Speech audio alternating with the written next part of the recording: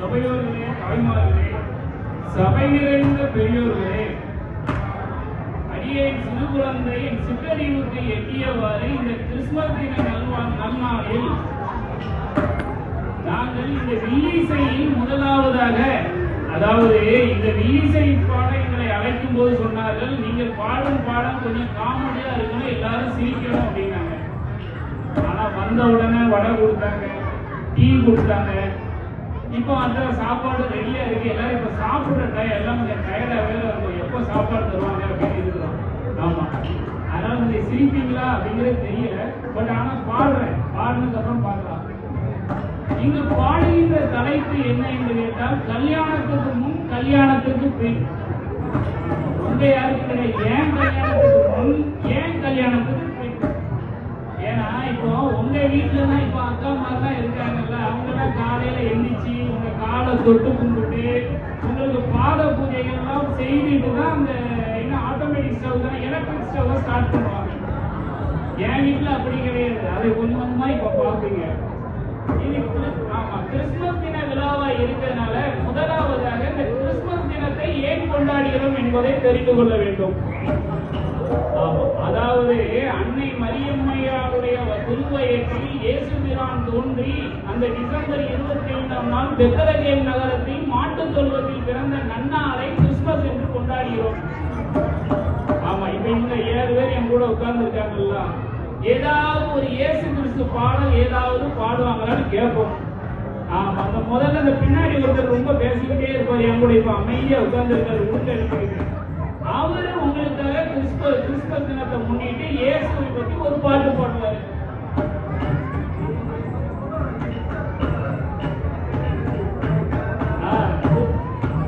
போதும் போதும் போதும்.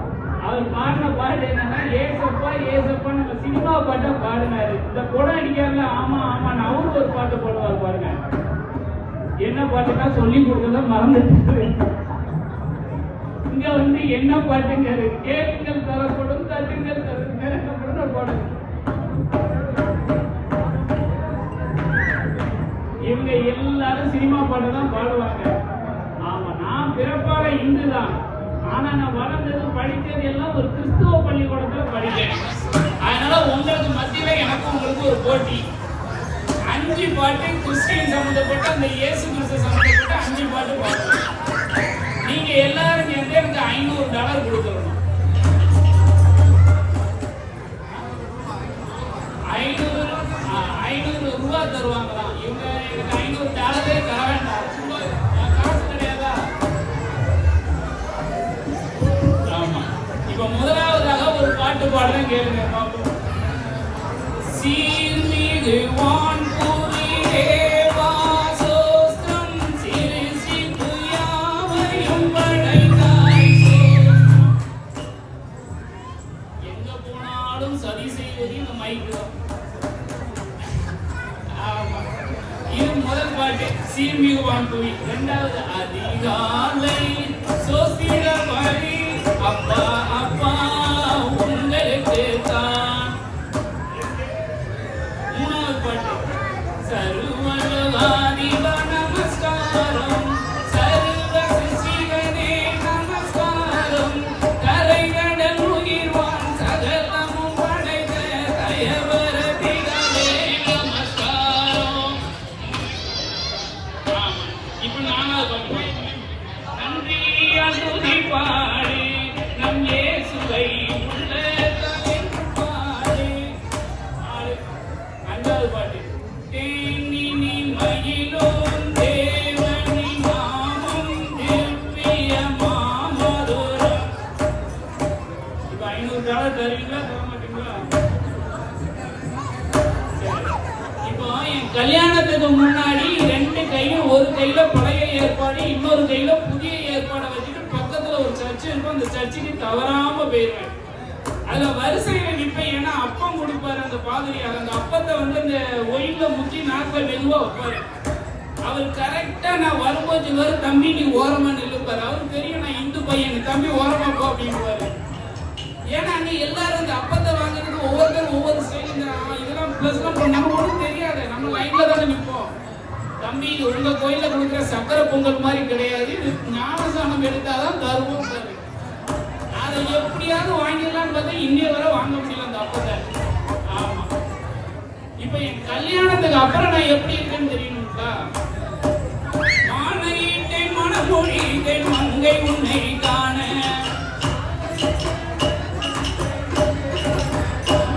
மதுரையில பெண்ணை கேட்டு தாசில்தார தஞ்சம் கொண்டேன், தாசில்தார் இருவையால அவர் மகளை மனம் முடித்தேன்.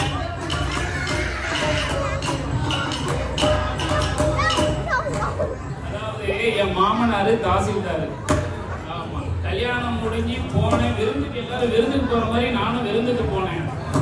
அப்ப என் மாமனார் சொல்லுவாரு, மாப்பிள்ள நான் வந்து தாசில்தாரா இருந்ததுனால நான் டிஸ்ட்ரிக்ட் மேஜிஸ்ட்ரேட்டுக்கு ஈக்குவல், நான் யாரா இருந்தாலும் பிடிச்சி உள்ள போட்டு கதவை போட்டு வைப்பாரு.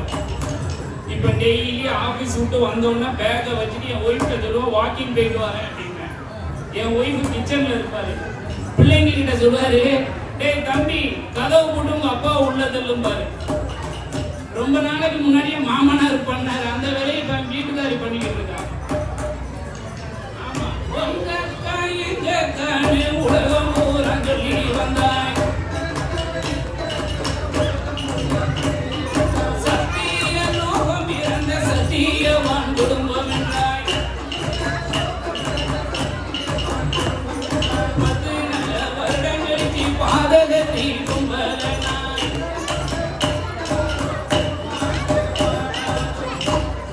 கல்யாணம் முடிச்சு வந்த உடனே ஒய்ஃபு சொன்னாப்புல, உங்க அக்கா இருக்காங்கல்ல, உங்க அக்கா அப்படியே எங்க அக்கா மாதிரி, உங்க அக்கா மாதிரி ஒரு நாத்தனார் கிடைக்கிறதுக்கு நான் என்ன தவம் செஞ்சோன்னோ தெரியல. உங்க குடும்பம் இருக்கு பாருங்க, அந்த சத்தியவான் குடும்பம் மாதிரி அப்பேற்பட்ட ஒரு குடும்பம் அப்படின்னு. ஒரு 10 வருஷம் கழிச்சு சொன்னா எங்க அக்காவை பார்த்து, உங்க அக்கா மாதிரி ஒரு பொம்பளை இந்த உலகத்திலேயே பார்க்கல அப்படின்னு. பாதகத்தி சண்டாளி கொஞ்சோண்டு மிராண்டா இருந்தது, விடிய காலம் குடிக்கலான்னு பார்த்தா அந்த மிராண்டாவை நைட்டே குடிச்சிட்டு படுத்திருக்காங்க. கொஞ்சம் மிராண்டா குடிச்சதுல என் வீட்டுக்காரி மிரண்டு போனான். இன்னி வரைக்கும் எங்க அக்காவை கண்டாலே சொல்லுவா, வந்துட்டானா அடிக்கல. எங்க அக்கா வர்றதே கிடையாது, எட்மண்டனுக்கு வராது. உங்க அண்ணம்மாரு பூரா வேறும் அப்பா மாறி என்று சொன்னாய், ஆத்துக்கு பக்கம் இருக்கும் ஆலமரம் என்று சொன்னாய், 6 மாதம் கழிக்கு முன்னே அடித்த காத்தில் தனியா வந்தேன்.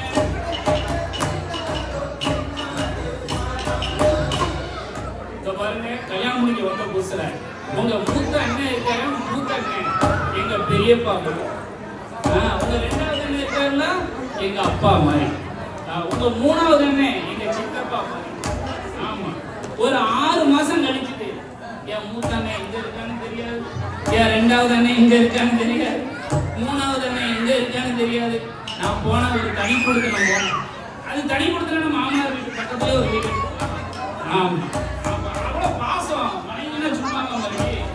உங்க அம்மா போன மாமி கிடக்க என்னதவோ நான் செய்தேன், பத்திரும் பதியும் வர சொல்லி வந்தா 6 மாசமா, இப்போ விட்டோ மடி அனாதை இல்லத்துல 7 வருஷமா.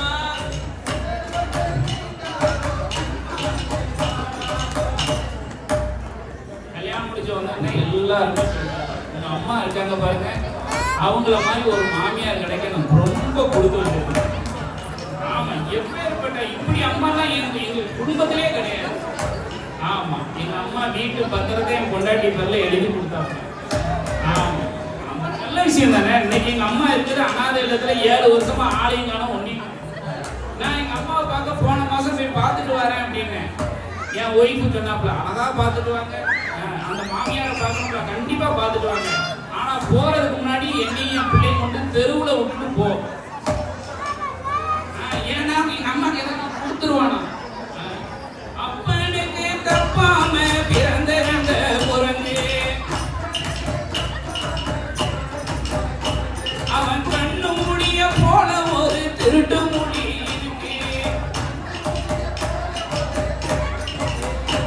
நீங்க படிக்கும் போது வந்தோம்னா புகழ்ந்து தள்ளுறாய்.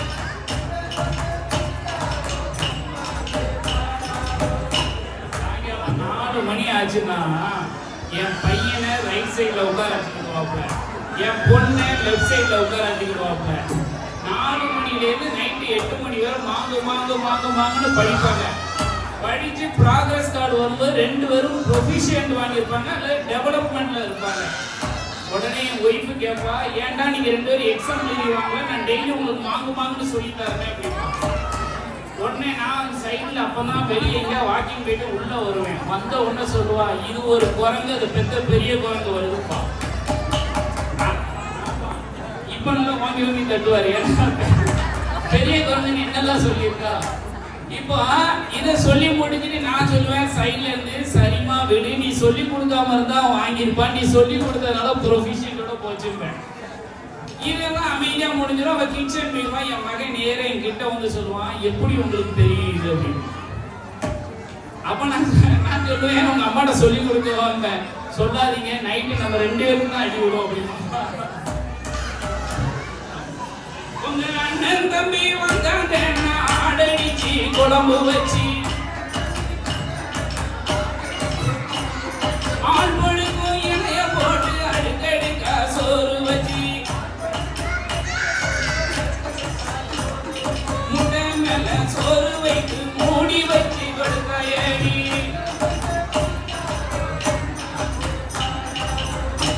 என் ஒய்ஃபோட தம்பிமார் ஒரு 3 பேர் இருந்தான். அவன் 3 பேர் வந்த அன்னைக்கு வரதுக்கு முன்னாடி சொல்லிடுவான், அந்த பாருங்க இன்னைக்கு என் தம்பி வாரான், நீங்க அந்த வாழையிலே இலை இருக்கும், தலவாழை இலம்பாங்க, அந்த தலவாழை இலையை வெட்டிடுவாங்க அப்படிமா. அப்ப நான் ஒரு சின்ன இலையை வெட்டிட்டு வருவேன். இது என்ன இலையை வெட்டிட்டு வந்திருக்கீங்க, சின்ன பையன் கூட சாப்பிட முடியாது, பெரிய இலையை கொண்டாங்கப்பா. அந்த இலையை வெட்டினா அந்த வாழை கொலையே தள்ளாது. அந்த பெரிய இலை, ஆள் படுக்கிற இலை, நல்ல பெரிய இலையா இருக்கும், நம்ம வீடு புட்டு மாதிரி இருக்கும். அந்த இலையை பறிச்சு கொண்டு போட்டதுக்கு அப்புறம் சாப்பாடு வைப்பாங்க.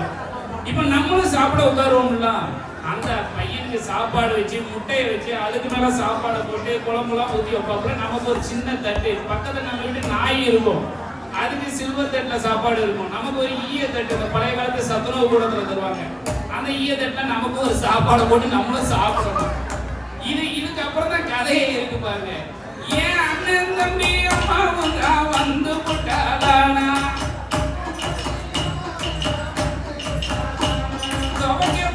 குண்டு பூரம் துணை இருக்கு உனக்கு. அன்னைக்கு வருது பாரு குளிர் காய்ச்ச குண்டு பத்தாம.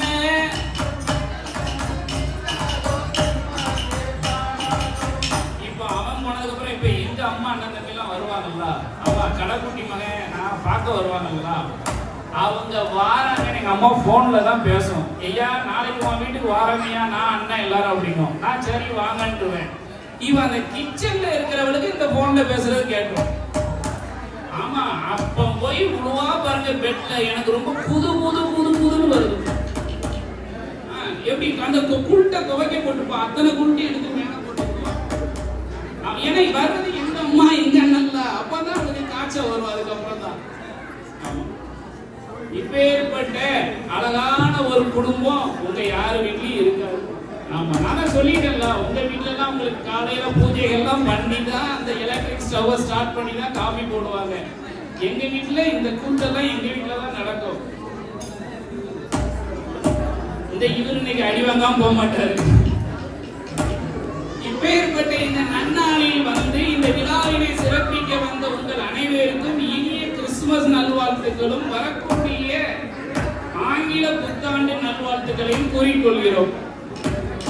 இங்கு வந்து நீங்கள் அனைவரும் எப்படி வாழ வேண்டும் தெரியுமா? மங்கள